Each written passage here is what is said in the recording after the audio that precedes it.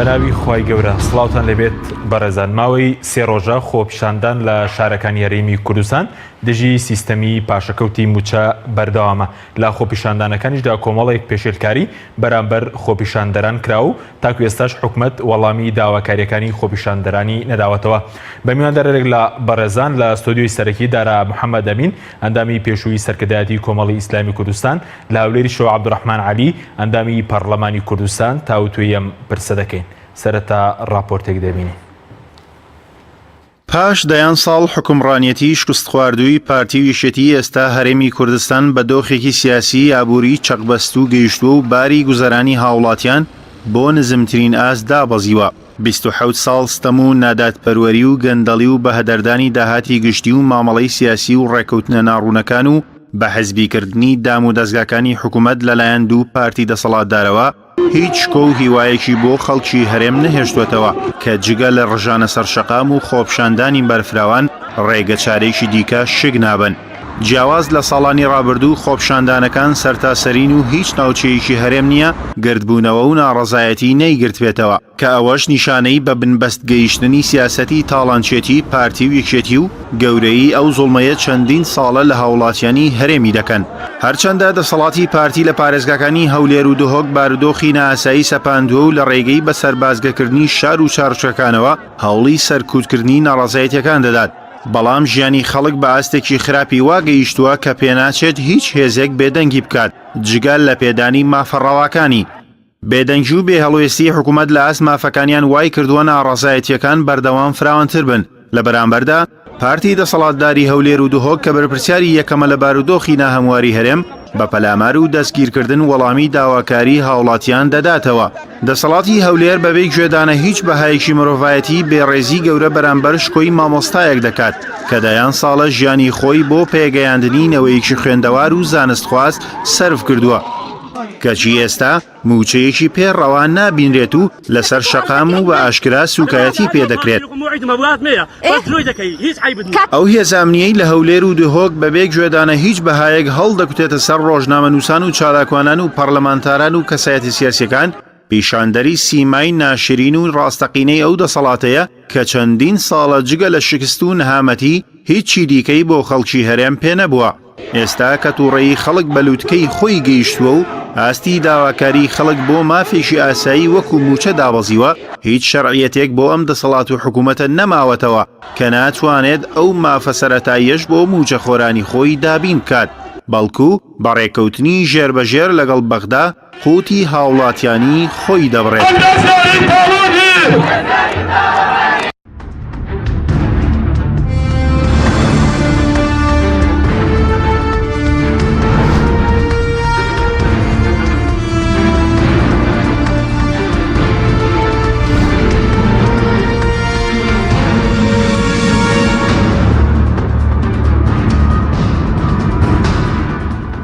جارێکی تر سڵاوتان لەبێت بەڕێزان سوپاس بۆ میوانەکان من مامۆستادارە بەخێر بێن سەرەتا لە بەڕێستانەوە دەست پێ بکەین.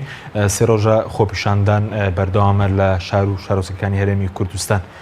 بەڵام کۆمەڵێک توند و تیژی لەو خۆپیشاندانە بەرامبەر بە خۆپیشاندەران ئەنجام دەنا پێتان وایە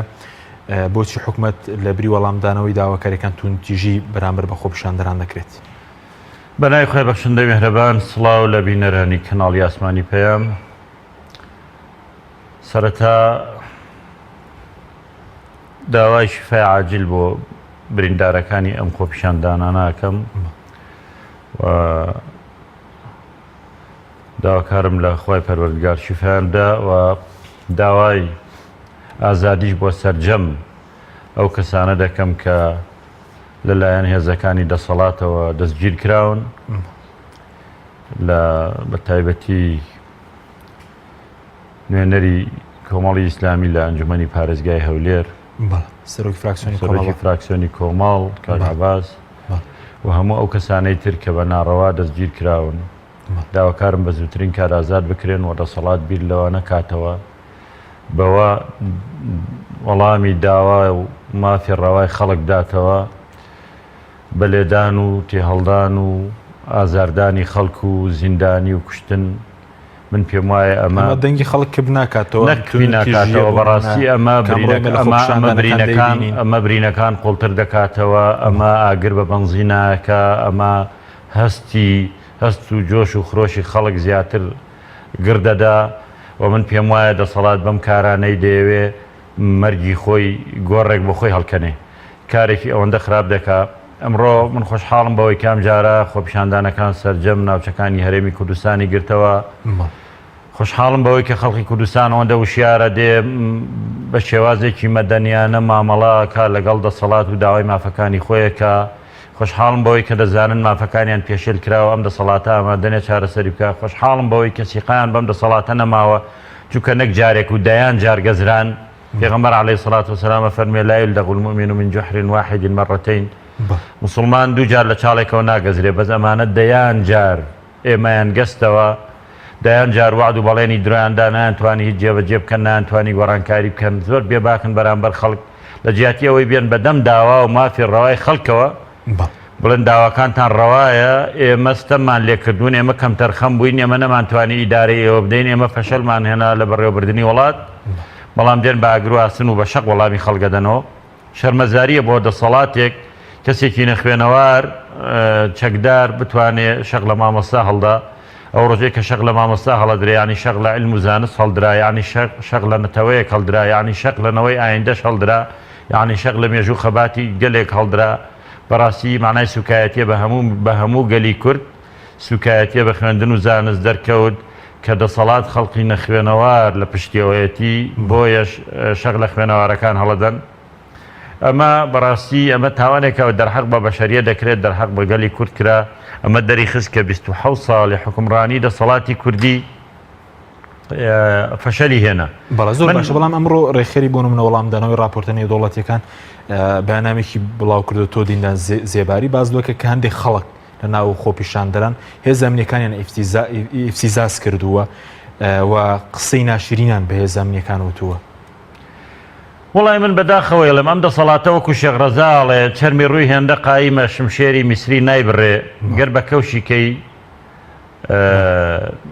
دەڵێ چەرمی ڕووی هێندە قایمە شمشێری میسری نایبڕێ گەر بە کەوشیکەی هەر دەمێنێت تا قیامەت نادڕێ. یعنی ئەمانە بەڕاستی حیا و ئابڕویان لێ تکاوە تۆ میلەتێک بێ داوای مافەڕاوەکانی خۆی بکە هیچ شتێکی زیادی داوا نەکردووە. ئەڵێ من هاوڵاتێکم لەم کوردستانە بە پێی یاسا موچەیەکم هەیە ئەگەر عێراقیشم تا ئێستا بەشێکی لە عێراق ناکرێ موچە خۆ مامۆسایەک لە بەغدا لە کەرکووک لە بەسرا 1.5 ملیۆن موچەکەی وەرگرێت لێرە 500,000 بێتێ 500,000ەکەش بە 3 مانگ بێتێ داوای مافێکی ڕەوای خۆی بکە تۆ بێ بە زەبر و زۆر و بە زەنگ وەڵامی بیتەوە ئەنجا خەڵک بێ داوای مافی خۆی بکە نە شەڕ بکە نە فیشێکی پێ نە تفەنگی پێ نە تێڵا و دار و لیسێکی پێ شەڕی پێ بکە تەنها هەیە نیە زمانی هەیە زمانیشی بگرێ بۆی نەبێ هاوار بکە. ئەمە بەڕاستی سیما و نیشانەی دەسەڵاتە دیکتاتۆرەکان بۆ بە درێژایی مێژوو کە خەڵک دەمیشی بگرن نەبێ هاوارکە خەڵک بێتە سەر شەقام داوای مافی خۆیەکە دروشم بەرزەکاتەوە باسی گەندەڵی دەسەڵات دەکا باسی گەندەڵی بەرپرسەکانەکە باسی ئەوەکە کە چیتر قبوڵ ناکرێ. بەڵام ئەوان ئەمانە بە چونکە فێر نەبوون لەبەرەوەی فێر نەبوون باش شێشێک لە سیماکانی سیستمی دیموکراسی ئازادی ڕادەربڕین و خۆپیشاندانی خەڵکە خەڵک بێتە سەرجادە خۆپیشاندان بێ ئەوانە ئێرهابی و تیرۆریست و پیاوی خراپ بن ئەی لە کوردستانە چێن دڵسۆزیانی ئەی چێن ئەوانەی خەمخۆریە میلەتەن و چێن ئەوانەی مافی مەدەنی خەڵکان پاراستە دیارە ئەم دەسەڵاتە گەندەڵێ ینی ئێوە گەندەڵکاران بە خەتەرتر دەزان لە تیرۆر لەسەر کوردستان بێم وە کوردستان تیرۆریستی هەر لێ نییە تیرۆریست و ئێرهابی و گەندەڵکار ئەوانن کام وڵاتان وە لێ کرد کوردستان میلەتێکی ڕەشوڕوتی داماوی لێ کە بە خوێنی خۆی بە گیانی خۆی دەنگی پێدان هێنانیە سەر حکم شەڕی بۆ کردن شەڕی داعشی کرد شەڕی ڕژێمی کرد هەموو کارێکی کرد لە پێناو ئەو دوو حیزبە دەرەنجام ئەم دوو حیزبە خیانەتیان لە میلەتە کرد فەشەلیان هێنا نانتوانی سەرکەوتوو بوون ئێستاش میلەت دەیەوێت سزایان بدا. گەندەڵکاران بە تیرۆریست ناو دەبێ بەڵێ گەندەڵکاران بە تیرۆریست من پێ گەندەڵکاران ئەگەر تیرۆریستی ڕاستەقینە هەبێ ئەوانن چونکە ئەو تیرۆریستانەی ئەمڕۆ بە ناوی تیرۆرە و خەڵک تیرۆرەکان بە شێوەیەکی ئاشکرا لە شوێنێکە تەقینەوەیەکەکەن کۆمەڵی خەڵک لە ناوە بن بە زەمانە گەلم و نەتەوەیەکیان تیرۆر کرد عقلی نەتەوەیەکیان تیرۆر کرد ژیانی نەتەوەیەکیان تیرۆر کرد 27 ساڵە هەموو تاکێکی ئەم کوردایان تیرۆر کردووە کاک بۆ خۆ تیرۆرکردن هەرەوە نییە ئەسڵان تیرۆریانی ئێرهابی فکری ئەمانە هەرچی جۆرێکی ئێرهابە بەسەر ئەم خەڵکە سەپاندویانە ئێستاش پێیان قبول نیە خەڵک بێتە سەرجادە و داوای مافەکانی خۆی بکە دەیانەوێ بە شەق و بە تێڵاو بە دەیان و سەدان کەسی چەکدار بە جلی مەدەنی و هێنایەتە ناو شەقامەکان و پەلاماری خۆپیشاندەرانە. سوپاس دەکەم مامۆستا ئەگەر بچین هەولێر لای کاک عەبدوڕەحمان. کاک عەبدوڕەحمان زۆر سوپاس بۆ بەشداریت لە بەرنامەکەماندا. ئەمڕۆ لە خۆپیشاندانەکان بەتایبەتی لە هەولێر لە دۆک کۆمەڵێک پێشێلکاری بەرامبەر بە خۆپیشاندەران کراوە. وەکو پەرلەمانتاران تا چەند بە دوارە چوون دەکەن بۆ ئەم پێشێلکاریانەوە ئایا بۆ کۆبوونەوەیکی پەرلەمان لەسەر ئەم پێشێلکارانە ئەنجام نادەن؟ بەڵێ سوپاس، سڵاو لە مامۆستادارە، سڵاو لە بینەرانی تەلەڤیزیۆنی پەیامیش. دیارە چەند ڕۆژێکە هەرێمی کوردستان بەگشتی واتە سەرجەم شار و شارۆچکەکان خۆپیشاندانی جۆراوجۆری تێدا دروست بووە کە ئەم خۆپیشاندانێکە لە ڕاستیدا فەرمانبەران موچەخۆران و هاوڵاتیانی هەرێمی کوردستان بەگشتی بۆ سادەترین داوای خۆیان هاتوونەتە سەر شەقام و ناڕەزایی دەرەبڕن بەرامبەر دەسەڵاتێک کە بە ئاشکرا ستەمێکی گەورەیان لێ دەکات بۆ ماوەی 4 ساڵە. ئەوەی کە لە هەرێمی کوردستاندا ڕوودەدا بەتایبەتی لە شاری هەولێر و دهۆکدا لە ڕاستیدا بەداخەوە دەیڵێم لە ئێستادا ئەو دوو شارە و کۆمەڵە شار و شارۆچکەی تری بەتایبەت لەم سنوورە بە جۆرێک لە جۆرەکان بە سەربازگە کراوە. ئەوەی کە جەنابەت باسی دەکەی ئێمە وەکو پەرلەمانتارانی کوردستان بەداخەوە لە ئێستادا بۆ خۆت دەزانیت پشووی یاسادانان هەیە لە پەرلەمانی کوردستاندا و ئێمە نەجوەساوین دوێنێ بەواژۆی 28 پەرلەمانتاری فراکسیۆنی گۆڕان و فراکسیۆنی کۆمەڵی ئیسلامی بە فەرمی داوای دانیشتنێکی نائاساییمان کردووە لە سەرۆکایەتی پەرلەمانی کوردستان بۆ کۆمەڵێک خاڵ. یەکێک لەوانە لە ڕاستیدا بۆ گوێگرتن یاخود بەجێهێنانی بەجێگەیاندنی داوا و خواستی خۆپیشاندەرانی هەرێمی کوردستان کە ئێستا لەسەر جەمشارەکانە دەستیان پێ کردووە و هەروەها نوێنەری حکوومەتی هەرێمی کوردستان بەرپرسانی ئەم هەرێمە بێنە پەرلەمانی کوردستان تاوەکو بزانین ئەم ڕێکەوتنە ژێربەژێرەی کە لەگەڵ حکوومەتی ناوەندیە کردویانە بۆمان شی بکەنەوە وەزائیدەن داوا بکەین بە ڕسمی حکوومەتی هەرێمی کوردستان بۆ خۆی چۆن بە بڕیارێکی نایاسایی سیستەمی پاشەکەوتی موچەی سەپان بەسەر موچەخۆران و فەرمانبەرانە هەر بۆ خۆی بە بڕیارێک لە کۆبنەوەیکی ئەنجومەنی وەزیرانە بڕیار بدا بە هەڵوەشانەوەی سیستەمی پاشەکەوتی موچە نەک بیر لەوە بکەنەوە دەستکاری ئەو سیستەمەکەن خۆیان ناوێنەوە بیدعایەکی گەورەیە کە خۆیان کردویانە بەخیاوی پەرلەمانی کوردستانە. بەڵێ بەرەزەوتت ئێوە وەکو فراکسیۆنی گۆڕان و کۆمەڵ داواتان کردووە کە دانیشتێکی ناسایی پەرلەمان بکرێت لەسەر و پێشێلکاریان و سیستەمی پاشەکەوت و تا ئێستا وەڵامی داواکاریەکەی ئێوە نەدراوەتەوە؟ ئێوە ڕێژەی یاساییتان واژۆ کۆ کردوێتەوە بۆی کە بەپێی یاسا بتوانرێت دانیشتێکی پەرلەمان لەو بارەیە بکرێت؟ بەڵێ دوو جار داوا کراوە لە سەرۆکایەتی پەرلەمان دوێنێکە فراکسیۆنی گۆڕان و کۆمەڵی ئیسلامی و پێرێکەیش چەند پەرلەمانتارێکی فراکسیۆنە جیاوازەکان بە کۆمەڵ و بە گۆڕان و بە فراکسیۆنەکانی کێشەوە. بەڵام بەداخەوە ئەوەی کە لە ئێستا باسیەوە دەکەین سەرۆکایەتی پەرلەمانی کوردستان لە دەرەوەی هەرێمی کوردستاندان کە لە دنیا ئەگەر گرفتێک کێشەیەک لە هەرێمێکدا ڕوو بدات ئەوە بەرپرسانی ئەو هەرێمە بەتایبەت لە ئێستادا کە سەرۆکایەتی پەرلەمانی کوردستان لە دەرەوە بە خێرایی واز لە ئەجەندا و کارەکاریان دەهێن و دەگەڕێنەوە بۆ شوێنەکانی خۆیان و سەرۆکایەتی پەرلەمانی کوردستان دەبوایە لەگەڵ دروستبوونی خۆپیشاندانەکانە ڕاستەوخۆ بگەڕانایەتەوە هەرێمی کوردستان هیچ پێویستی بەوە نەکردایە فراکسیۆنەکان و پەرلەمانتاران داوای دانیشتنی نائاسایی بکەن بۆ خۆیان داوای دانیشتێکی نائاساییان کردایە سەبارەت بەو خۆپیشاندان و داواکاریانەی کە خۆپیشاندەران و فەرمانبەران و موچەخۆران هیانە لە ئێستا هەرێمی کوردستاندا. بەڵام بەداخەوە سەرۆکایەتی پەرلەمانی کوردستان لە ئێستادا لە هەرێمی کوردستان دانین و ئەو داوایی کە ئێمە داوامان کردووە داوامان کردووە لە نزیکترین دەرفەدا ئەو دانیشتنە بکەین و باز لەو هەڵ پێشێلکاریە زۆر و زەوەندانەکەین کە بەرامبەر موچەخۆران و فەرمانبەران و هاوڵاتیانی هەرێمی کوردستان لە ئێستادا دەکرێت. بەداخەوە ئێستا کە قسە بۆ جەنابەت دەکەم زیاتر لە 20 خۆپیشاندەر لە شاری هەولێرە تا ئێستاش نوێش لە زیندانەکانی شاری هەولێردان کە ئەمە بەڕاستی عیبەیەکی ئەجگار گەورەیە و ئەمە پێمانەڵەیە باسکردن لە مافی مرۆڤ لەم شارە باسکردن لە ئازادی ڕادەربڕین لەم شارە جگە لە گەوجاندنی خەڵکی هیچی کە نییە. بەڵێ ینی پێتان وایە ئێستا لە ناوچەیە بەتابەتی لە هەولێر و دۆک دۆخێکی ئەمنی سەپێنراو هەیە یاخود بڵێن بەڕێز وتت ئێستا سەربازەکان بڵێن شارەکان کراونەتە سەربازگە ئێستا؟ بەدڵنیاییەوە جگە لەوەی کە کراونەتە سەربازگەیەکی فراوان ژمارەیەکی زۆر هێزی جۆرا و جۆر لە شەقامەکانە لە کۆڵانەکانە بڵاویان پێکراوە و لە هەمووی سیرتر ئەگەر جاران و شتێک هەبووە ناویان ناوە بندیوارە و کەسانەیە کە بۆ حاڵەتی لەو شێوازە دانهێنە ناو خۆپیشاندانەکان و بەگشت خۆپیشاندەرانیان ناکەنەوە جگە لە بندیوار ئێستا بندار هەیە بندەرەخت هەیە. من هەر یەک نمونە بۆ جەنابتان باسکەم لە بەرامبەر پەرلەمانی کوردستانە پارکێگەیە ناوی پارکی سامی عەبدوڕەحمانە کۆمەڵێک درەختی زۆر و جۆراوجۆری تێدایە لە بن هەر درەختێکە چەندین کەسی تێدایە کە لە ڕاستیدا خۆیان ئامادە کردو بە جلوبەرگی مەدەنیەوە بۆ ئەوەی هەر خۆپیشاندەرێک هەر خۆپیشاندانێک ڕوو بدا لەو نزیکانە ئەوان بە خێرایی بکەونە سەرکوتکردن و لەناوبردننی کە بەداخەوە ئەمە دیاردەیەکی ئێجگار قێزەون و ناشرینە کە پێم وایە هیچ پێناسەیەگەڵ ناگرێت. سپاس دەکەم دواتر دەگەڕێم بۆ لای بەڕێستان مامۆستا سەبارەت بە مەسلەی وەڵام نەدانەوەی داواکاری خەڵک و کاری چیە کە ئەم دەسەڵاتە وەڵامی داواکاریەکانی خەڵک ناداتەوە کە بەڕێز وتت پێشتر بە توند و تیژی بە شەق بۆ نمونە وەڵامی داواکاریەکانی خەڵک دەدرێتەوە. وڵای من پێم وایە ئەم دەسەڵاتە زۆر بێباکە و ئەم دەسەڵاتە لە سەرەتاوە من بەداخەوەی لێم وەکو سیستم و حکمڕانی نەهاتوونە مەیدان ئەوەندەی بیریان لەوە کردووە دەسەڵاتی حیزبی خۆیان بسەپێنن و حکوومەتمان نەبووە حکوومەتی حیزب بووە و دوو ئیدارەیی بووە دوایش هەتا ئێستاش درێژە پێدانی ئەو دوو ئیدارەیە ماوە کە دوو حیزب ڕابەرایەتی کردووە. ئەوەندەش بیریان لەوە کردوێتەوە کە سەرۆت و سامانی ئەم وڵاتە بۆ خۆیان ببەن و یان بتوانن زیممەی خەڵقی پێ بکڕن بۆی پشتیوانی و لایەنگریان بکە بیریان لەوە نەکردوێتەوە دەوڵەتداری بکەن و خزمەتی خەڵک بکەن. و ئەوەندەش بیریان لەوە کردوێتەوە بە زۆر خۆیان سەپێنن بیریان لەوە نەکردوێتەوە سیستم و یاسا لەم وڵاتە سەروەر و بەرقەرار بێ. هەر بۆیش لە حاڵەتێکی ئاوادا کەم باشکرا مافی خەڵک پێشێلکرا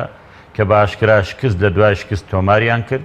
کە باشکرا دەرکەوت بەرهەمی ڕیفراندۆمەکە چی بوو دواتری دانانی لە 150 خاکی کوردستان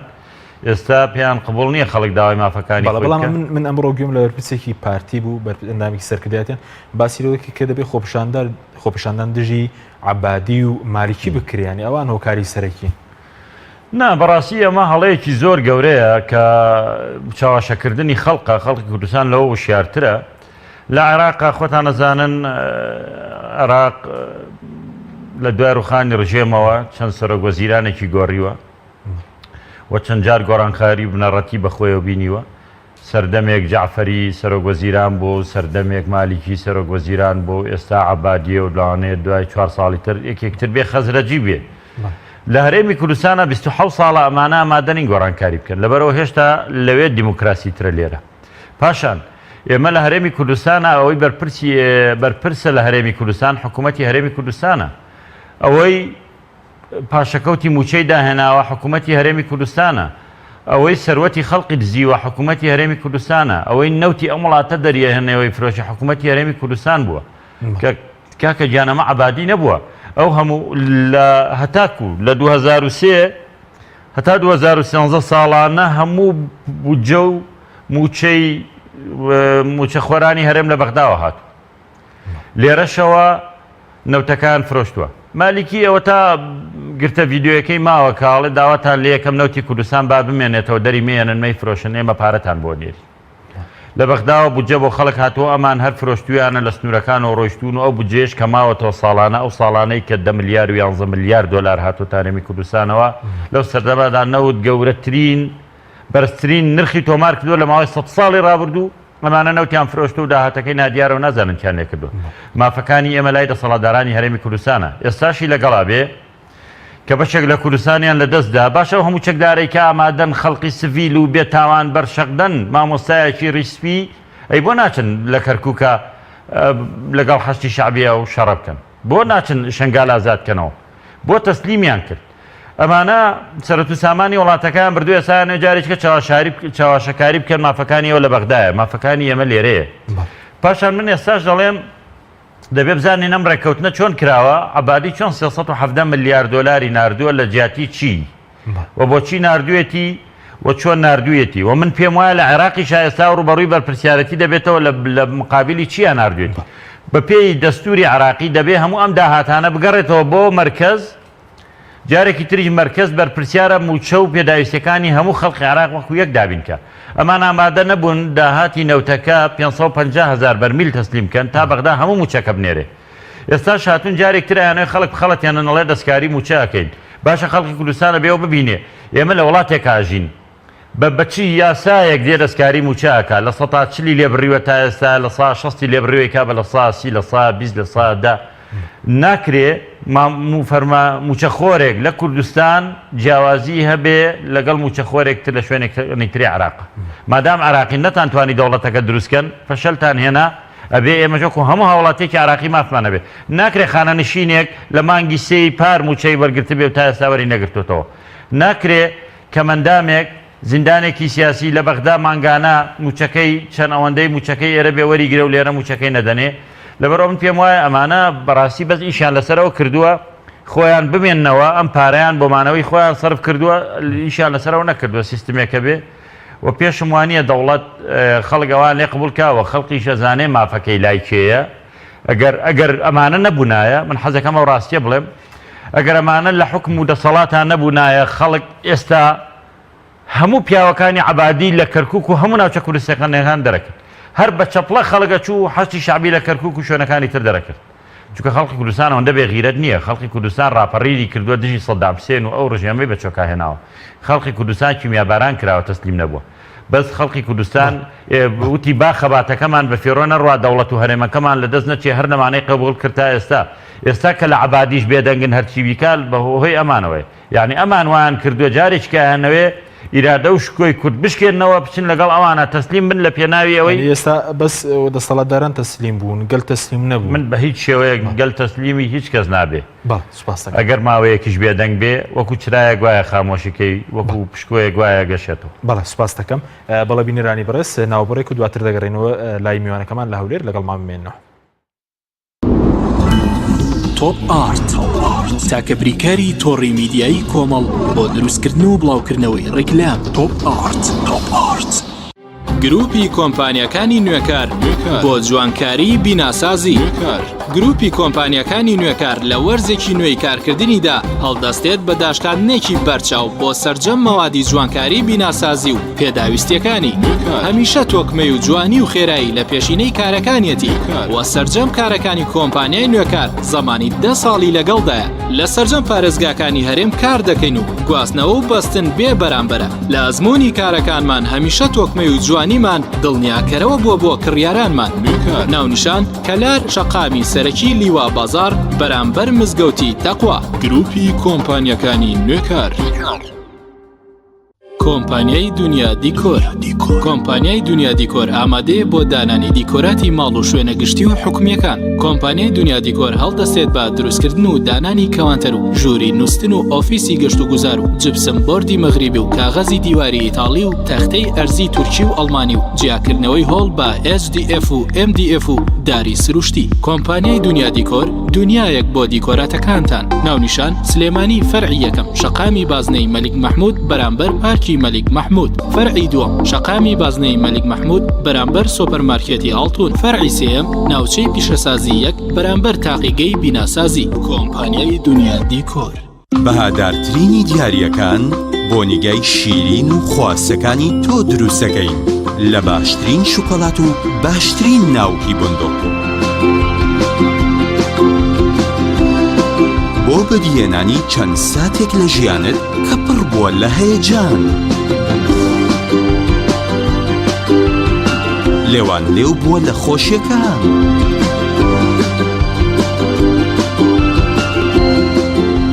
ئاوێتە کراوە لەگەڵ عیشق و ئەوین شۆکۆلاتەی بندوقی تاڵی فەرماند پڕاوپڕ لە عیشق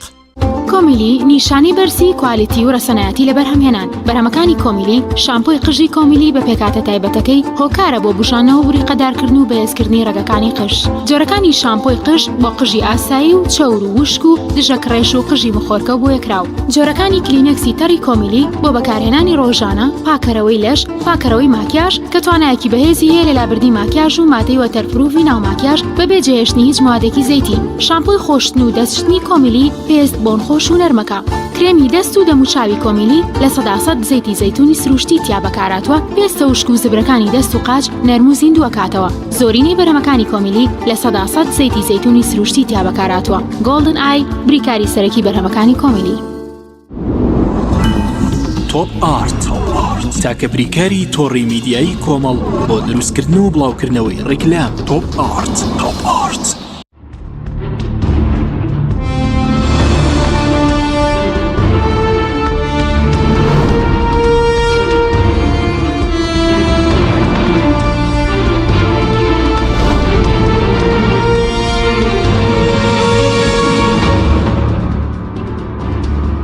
جارێکی تر سڵاوتان لەبێت بەڕێزان. کاک عەبدوڕەحمان ئەگە بگەڕێمەوە لای بەڕێزت، ئەمڕۆ تەبێژی حکوومەت تێرێ بە چاوپێکەوتنێکی کردبوو لەگەڵ بەشی کوردی دەنگی ئەمریکا، باسی لەوە کردبوو سەبارەت بە مەسەلەی هەڵوەشانەوەی حکوومەت و مەسەلەی کاریگەری خۆپیشاندنەکە و توی کە حکوومەت تێرێم حکوومەتە لاوازەنیە کە کۆمەڵێک لایەنی سیاسی بۆی دەچنەوە ئەم حکوومەتە بەردەوام دەبێت. پێ وایە ئەم حکوومەتە ئەگەر خۆپیشاندان بەردەوام بێت و ناڕەزایەت دەتوانێت بەردەوام بێت؟ وەڵام حکوومەتە پێش هەموو شتێک ئەگەر یەک تۆ شعوری هەوایە دەمێکە بۆ خۆی هەوڵەشاندە بوو، چونکە ئەم حکوومەتە هێندەی تاڵەموویەکی پسا و لە ڕاستیدا پەیوەندی لەگەڵ خەڵکا ماوە، هێندەی تاڵەموویەکی پسا و متمانەی نێوان خۆی و خەڵکی تیا ماوە، وەلێشمان تێک نەچێت ئەم حکوومەتە هێندە نەخۆشە، هێندە پەکەوتەیە بە حاڵ و زەیەکی تیا ماوە. ئەگەر ئەم حکوومەتە بشوبهێنین بە لەشێکی ئادەمیزاد بە بەلەشی ئادەمیزاد و دام و دەستگا وەزارەتەکانیشی بشوبهێنین بیچوێنین بە ئەندامەکانی جەستەی بە دەست و بە چاو و بە قاچ و بە ئەندامەکانی تر، ئەوە سەیرەکەین هیچ ئەندامێکی جەستەی نییە سیخناغ نەبوو بێ بە نەخۆشی کوشندە. بۆیە لە ڕاستیدا ئەم حکوومەتە خەریکە بە تەواوی ئەو نوزەی شیتیان نامێنێ و ئەو قسەیەی وتەبێژی حکوومەت کردوێتی پێم وابێ بۆ خۆشی قەنەعاتی پێی نییە، چونکە ئەم حکوومەتە دەمێکی لێ بێتەوە و نەیتوانینوە لە ئاس بچووکترین خواست و داوا و خزمەتگوزاری پێداویستەکانی دانیشتوانی هەرێمی کوردستان بێت. بۆیە ئای بە باسیەوە بکەیت کە حکوومەتی هەرێمی کوردستان بە هیچ شێوەیەک هەڵناوەشێتەوە. بەڕاستیمە قسەیە کە خۆشی قەنەعاتی پێی نییە بەڕێزە. بەڵام بەڕێز دەڵێ ئەم حکوومەتە لێ بۆتەوە، بەڵام هەر بەردەوامیشەوە ئێستش هەر بەردەوامەوە و تا ئێستا وەڵامی داواکاریەکانی خەڵکیان نەداوەتەوە، تەنانەت لەسەر شەقەڵدان لەو مامۆسایش کە لە هەولێر هەبوو تا ئێستا داوای لێبوردنیشیان لەو مامۆسایانە کرد، چ لەسەر ئاستی وەزارەتی پەروەردە، چ لەسەر ئاستی پارێزگای هەولێر، چ لەسەر ئاستی حکوومەتی هەرێم. ئەخە خۆ ئەگەر حکوومەت هەبوایە بەڕاستی هەر بۆ خۆی کۆتایی بەخۆی هێنا، یعنی بەڕاستی جەناوی مامۆساداران مامۆسا بووە، من بۆ خۆم مامۆسا بووم ساڵانێ، بەڕاستی کە ئەو لەحزەیە ئەبینیت کە ئەو دیمەنە ئەبینیت، ئەو وێنەیە ئەبینیت، ئینسان شەرمەکە و شەرمەزارە بێت وەتی هەڵدان شەقەڵتان لە کەسایەتیەک کە تەمەنێکی زۆر هێندەی تەمەنی من تەمەنی لە خزمەتکردنی نەوەی ئەم وڵاتە ئەبینیوە، شەقەڵدانە لە ئەلفوبێی کوردی، شەقەڵدانە لە نەتەوەی کورد، ئەوە عیبێک گەورەیە. ئەبوایە لەسەر ئەو شەقا پارێزگاری هەولێر، وەزیری پەروەردە، هەلانی کەم ئەمانە دەستەکارکێشانەوەیان پێشکەش کردایە و شەرمەزاریشیان بەڕاستی بڕشتایە، داوای لێبوردنی گەورەیان لە هەموو مامۆستایان و خانشینان و موچەخۆرانی ئەم هەرێمە کردایە کە مامۆستایەک، موچەخۆرێک، کارمەندێکی تەندروستی، فەرمانبەرێک 4 ساڵە بەو وەزعەوە توانیوێتی زۆر بەرپرسانەتر، مەسئولانەتر دۆخی هەرێمی کوردستان بخوێنێتەوە، بەڵتەجیەکان، شەقاوەکان، شەلاتیەکانی ئەم هەرێمی کوردستانە بێن مامۆستا بەرشەق بدەن، شەق لە مامۆستا هەڵ بدەن. لە ڕاستیدا ئەوە دیمەنێکە من هەر کاتێک ئەیبینم بۆ خۆم بە شەرمەزارە زانم کە مامۆستا بووم و خۆم بە شەرمەزارە زانم کە شەق لە مامۆستایەک هەڵدراوە. بەڕاستیەوە ئەوەی تر هیچ پێناسەیەک هەڵناگرێت، پێم وابێت زۆری لەسەر وتراوە، ئەبوایە ئەم حکوومەتە لەسەر ئەوە کۆتایی بەخۆی بهێنایە. بەڵێ زۆر باشە، بەس سەبارەت بەوەی کە باس لەو دەکرێت کە سپەی حکوومەت هێرێم کۆ دەبێتەوە و پێداچوونەوە دەکات بە سیستەمی پاشەکەوت. هیچ زانیارێکتان هەیە کە ئەو گۆڕانکارێک کە دەکرێت چۆنە؟ قرارە سبێنێ کۆبوونەوەیە بکەن، بەڵام من لێرەوە پێم خۆشە ئەوە بڵێم لە ڕاستیدا ئەگەر حکوومەتی هەرێمی کوردستان سبێنێکۆ ئەبێتەوە بۆ دەستکاریکردنی بڕێکی کەم لەو سیستەمە بەناو پاشەکەوتەی خۆیان دایانهێناوە ئایبەیەکی گەورەیە و نابێت فەرمانبەران و موچەخۆران بەو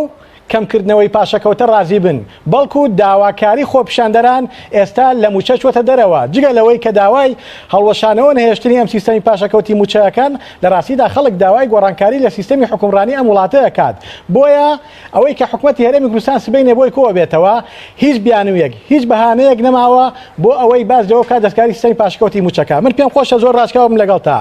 هەرێمی کوردستان ئێستا خاوەنی 4 جۆر داهاتە، داهاتی نەوتمان هەیە کە بە بۆریەی فرۆشین، داهاتی ناوخۆمان هەیە، هاوکاری ئەمریکامان هەیە، ئەو بجەیە کە لە عێراق ئەینێرێت ئەمە داهاتێکی کەیە. جاران حکوومەتی هەرێمی کوردستان بەرپرسەکانی ئەم حکوومەتە 4 بیانویان هەبوو بۆ ئەوەی کە سیستەمی پاشەکەوتی موچەیان داهێنا، بریتی بوو لەوەی کە نرخی نەوت دابەزیوە، شەڕی داعش هەیە، هەروەها بوونی ئاوارەیەکی زۆر لە هەرێمی کوردستاندا، وەزائیدەن بڕینی بەشە بودجەی هەرێم لە عێراقەوە. ئێستا ئەو 4 بیانوە هیچی نەماون، نەوت بۆ نزیکی $70 لە ئێستا. هەر بۆ زانیاری جەنابێت ئەمڕۆکە وتەبێژی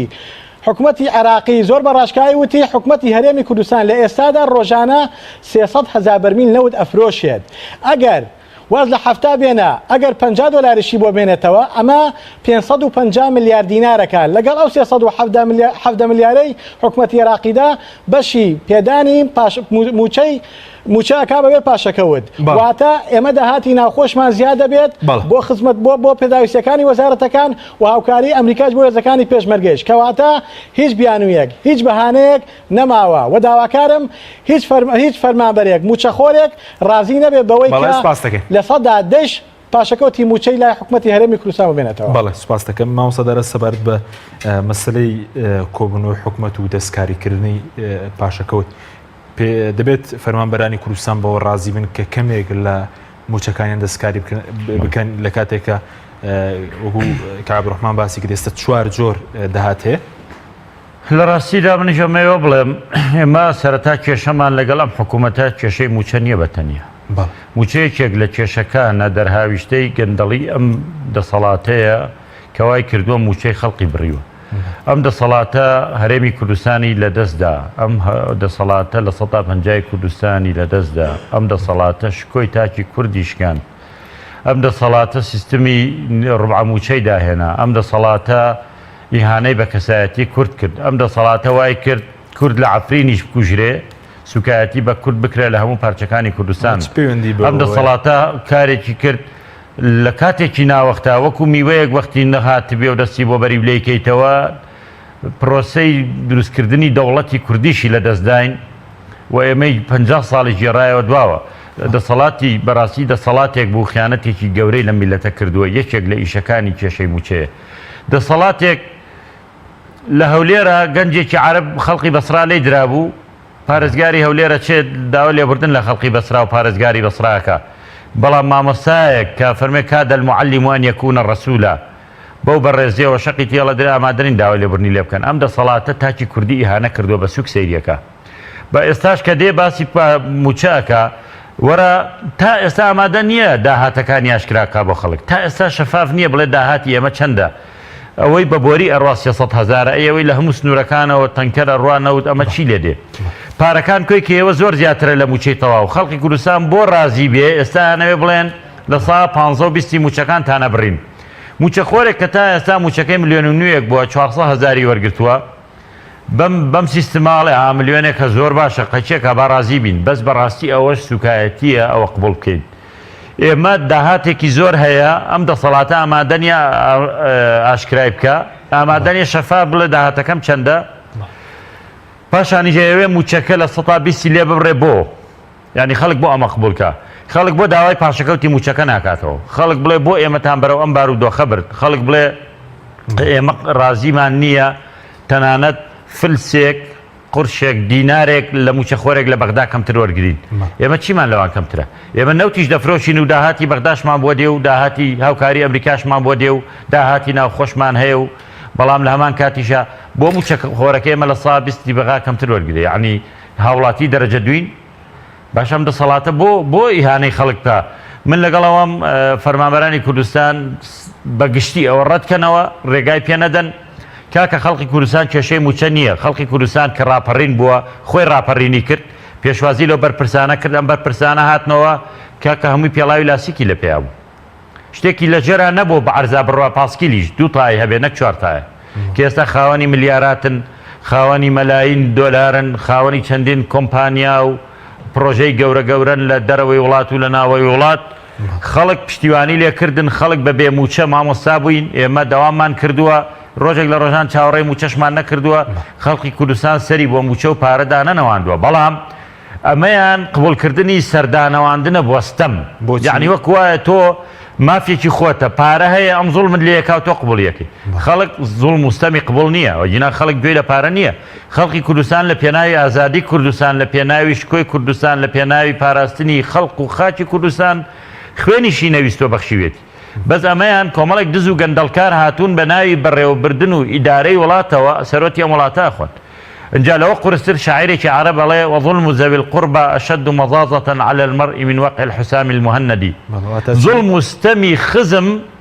هی خۆت نەتەوەکەی خۆت لێت بکات زۆر قورسترە لەوەی کە دوژمن و بێگانە لێت دەکات تۆ ئەمە ئەگەر دوژمن مافت بخوا بەلاتەوە قورس نییە دوژمنە و ئەزانی چۆن ڕوبەڕوویە بێەوە بەزەم هاتۆ بەحساب باوکی میلەتە خیانەتی لێکا و دزی لێکا و بەرشەقیەدا و بێباکانە لە جیاتیەوە گوێ بە داخوازەکانی بگرێ بڵێ ئەمانە ئێرهابی و ئاژاوەچین و وڵا با خەڵک خۆپیشاندان نەکا لەبەرەوەی خەڵکە کوژرێ بۆیە نایڵین یعنی تۆ نێتە هێناوە خەڵک کوژی لە پێشە ئەمەیە سیستمی دیموکراسی ئەمەیە پاراستنی مافی مرۆڤ باشە لە وڵاتێکە خەڵک ئازاد نەبێت لە ڕادەربڕین و لە خۆپیشاندان و هیچ مافێکی نەبێ ئیتر من پێم وایە گە دیکتاتۆرێ دەمە نەبێت چییە یعنی لەوە زیاتر چی هەیە بەڵە زۆر باشە بە سەبارەت بە کورتی سەبارەت بەوەی کە ئێستا قسە لە سەرەوە دەکرێت کۆمەڵ هەموو لایەنەکان بەشدارن لەم حکوومەتە ئێستا خوا هەندێک لایەنەکان بەشداری هەڵبژاردن دەکەن بەشداری خۆپیشاندانەکان دەکەن بۆ مەبەستی سیاسیین وان بەشدار لەم گەندەڵیە من ئەمە یەک ڕاستی بڵێم ئەوە لەن ئێستا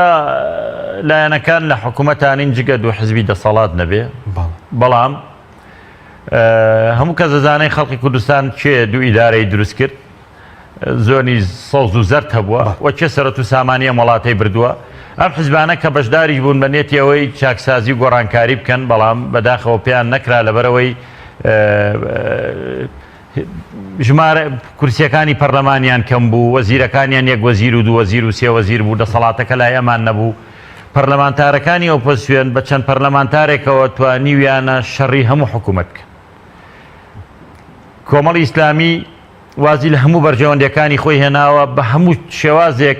پشتیوانی خەڵقی کردووە لە پێناوی ئەوەی کەم گەندەڵی و نەعادالەتێ نەمێنێ و کەزانی ویشێتی حکوومەت چاکسازی ناکە پاشەکشەی لێ کردووە کۆمەڵی ئیسلامی نە لەو سەروەت و سامانەی دەسەڵاتی بووە نە لێی خواردووە نە بەری کەوتووە نە لێی فرۆشتووە نە ئاگادارە نەزانێ بەرەو کوێ ڕوە بووە کۆمەڵی ئیسلامی حیزبێکە تا ئێستا بودجەیەکی نییە کاروبارەکانی خۆی پێ بەڕێبەرێ پارە لە پەرلەمانتار و وەزیرەکانی وەرەگرێ لەبەرەوە زوڵم مستەمێکی زۆر گەورەیە هەنێک کەس ئەوێ مزایەدە بکە لە کاتێکە ئێمە بەکردەوە سەلماندومانە خۆپیشاندانەکانی ئێستا لە کوردستانە ئاکرێ چێن یانی ئەگەر لایەنەکانی وەکو کۆمەڵی ئیسلامی و بزوتنەوەی گۆڕان و ئەمانە نەبن کە پشتیوانی یەکەن وەچنە سەر شەقام و پەرلەمانتار و بەرپرسەکانیان ئێوە پەرلەمانتاری کۆمەڵی ئیسلامی نییە بریندار کراوە پێ چۆتە ناو خەڵکەوە لە کاتێکە ئەم پەرلەمانتارێکە ئەزانێ نوێنەری خەڵکە ئامادەیە سنگی خۆشی بنێ بە گولەوە لە پێناو مافی خەڵکە بەڵام هەندێک کەس بەبێ ئەوەی تەجروبەیەکی هەبێ بەبێ ئەوەی پشتیوانی خەڵکی کردبێ بەبێ ئەوەی ساردوگەرمێکی دیبێ ئەوێ بڵێ من نوێنەرایەتی خەڵگەکەم کەسێک لەو بابەتەش پیا بووە و ئەم لایەنانە تاوانبارکە کە تا سەر ئێسخان دژی ئەم گەندەڵیە بوون و هەموو بەرژەوەندەکانی خۆیان خستۆتە لاوە دەیان کەسیان تووشی ئازار و ئەشکەنجە و سزادان و زیندانی بوون بەڵام ئەوان دانیشتون لە ڤێلاکانی خۆیان ناوپیان وایە ئەوان دەتوانن گۆڕانکاری بکەن من پێشم وایە ئەوە شەواشەکارێکی تری خەڵکی کوردستانە گۆڕانکاری بە کەسێک دەکرێت بەڕاستی ساردوگەرمی بینی بێ و خبرەیەکی هەبێت لە دەسەڵات و ئۆپۆزیسیۆن بوون و خبرەیەکی هەبێ لە خەباتی شاخ و شار ئەوانە گۆڕانکاریان پێ. سپاس دەکەم کاک عەبدوڕەحمان گەبگەرم و لای بەڕێز سەبارەت بە مەسەلەوەی کە وتت نابێت خەڵکی کوردستان ڕازی بێ بەوەی کە موچەی تاو نەبێت پێی بدرێت، ینی ئەگەر حکوومەت بڕێک لە موچەی دەستکاری کە دێ وەکو پەرلەمانتاران هەڵوێستان چی دەبێت؟ وەڵاوەکو پەرلەمانتاران ئێمە بەداخەوە ئەو سیستەمایە ئەو بیتعەیە کە ناویان ناوە سیستەمی پاشەکەوتی موچە بۆ خۆمان دەزانین ئەمە لە غیابی پەرلەمانی کوردستاندا بڕیاریان لێداوە و ئێمە هەر لەو ڕۆژەوەی کە پەرلەمانیش دەرگاکەی کڵۆم درابوو لەلایەن پارتی دیموکراتی کوردستانەوە دژی ئەم سیستەمە بووین، بەڵام یەکشت هەیە یەک حەقەت هەیە با خەڵکی کوردستان بزانن لە ڕاستیدا ئەم هەرێمەی ئێمە ئەو کاتە وێران بوو کە حکومت خۆی لە پەرلەمان بە باڵاتر زانی و حیزبیش خۆی لە پەرلەمان و حکومت بە گەورەتر زانی، بۆیە لە هەرێمی کوردستاندا هەتا ئەو ئەقڵیەتە بەردەوام بێت لە ڕاستیدا پێم وانە پەرلەمانی کوردستان ناڕزایی دەربڕێ. یعنی کاک حەشیم ینی بۆ زانیاری هەموو لایەکتان ئێمە لەوەتەی کە پەرلەمانی کوردستان بە حساب کارا کراوەتەوە ئێمە لە حوتی یانزەوە بە فەرمی بە نووسراوی فەرمی کە نردومانە بە سەرۆکاتی پەرلەمان داوامان کردووە تکایە با حکوومەتی هەرێمی کوردستان سەرۆکی حکوومەت و جێگرەکەی وەلانی کەم ئەنجومەنی هەرێمی بۆ نەوت و گاز بێنە ئەو هۆڵی پەرلەمانی کوردستانەوە بۆ ئەو هەموو نەهامەتی و تەنگەژە و قەیرانەی کە ڕوبەری خەڵکی کوردستان بۆتەوە تا ئەسێشی لەگەڵا بێت ئەم حکوومەتی هەرێمی کوردستاندا لە ڕاستیدا وەڵامێکی ڕاست و دروستی پەرلەمانی کوردستانی نەداوەتەوە. ڕەنگە جارجار بیەوێ بێت لەگەڵ سەرۆکایەتی پەرلەمان و هەندێک لە فراکسیۆنەکانە دانیشتن بکە، بەڵام ئەمە لە ڕاستیدا خواستی پەرلەمانتار نییە، بە تایبەتی ئێمەی فراکسیۆنەکانی ئۆپۆزیسیۆن کە ئێستا ئۆپۆزیسیۆن لە پەرلەمانی کوردستانە. بۆیە حکومەت بەداخەوە دەیڵێم ناوێت پەرلەمانی کوردستان بە ڕۆڵی ڕاستەقینەی خۆی هەڵبسێت و ئێمە وەکوتم چەند جارێک بە جیاواز داوامان کردووە کە حکومەت بێت ناتوە. بەڵێ بۆچی بەڕێزەوتت نابێت خەڵکی کوردستان قبول بکات کەمێک دەستکاری پاشەکەوتەکە بکات، یان دەبێت ڕێکەوتنەکە لەگەڵ بەغداش ڕوون بکرێتەوە کۆتاییش بەم سیستەمە بێنرێت؟ بەدڵنیاییەوە یعنی شتێکەیە زۆر واقعیە، یعنی خەڵکی کوردستان لەو ساڵانەی کە شەڕی داعش بووە لە ڕاستیدا لەبەر ئەو شەڕەی کە هەبوو لە هەرێمی کوردستاندا خەڵک زۆر مەسئولانەتر لەم بەرپرسانەی ئێستا بیری کردەوە و زۆر خەمخۆرتر بووە پاراستنی ئەم ئەزمونەی کە لە هەرێمی کوردستاندا هەیە. نەیویست هیچ گرژی و ئاڵۆزی و ناخۆشیەک لە هەرێمی کوردستان و شارەکانە دروست بێت، بەڵام لە ڕاستیدا ئەم بەرپرسانەی ئێستا زۆر نابەرپرسانە مامەڵەیان کرد و نەهاتن بە دەنگ داوا خواستی خەڵکەوە. ئەگینا خەڵکی هەرێمی کوردستان من قەنەعەتم وایە کە لەم هەرێما ئەگەر پارە نەبێت هەمومان قەنەعەتمان وایە کە چۆن لە ساڵی 91 و 92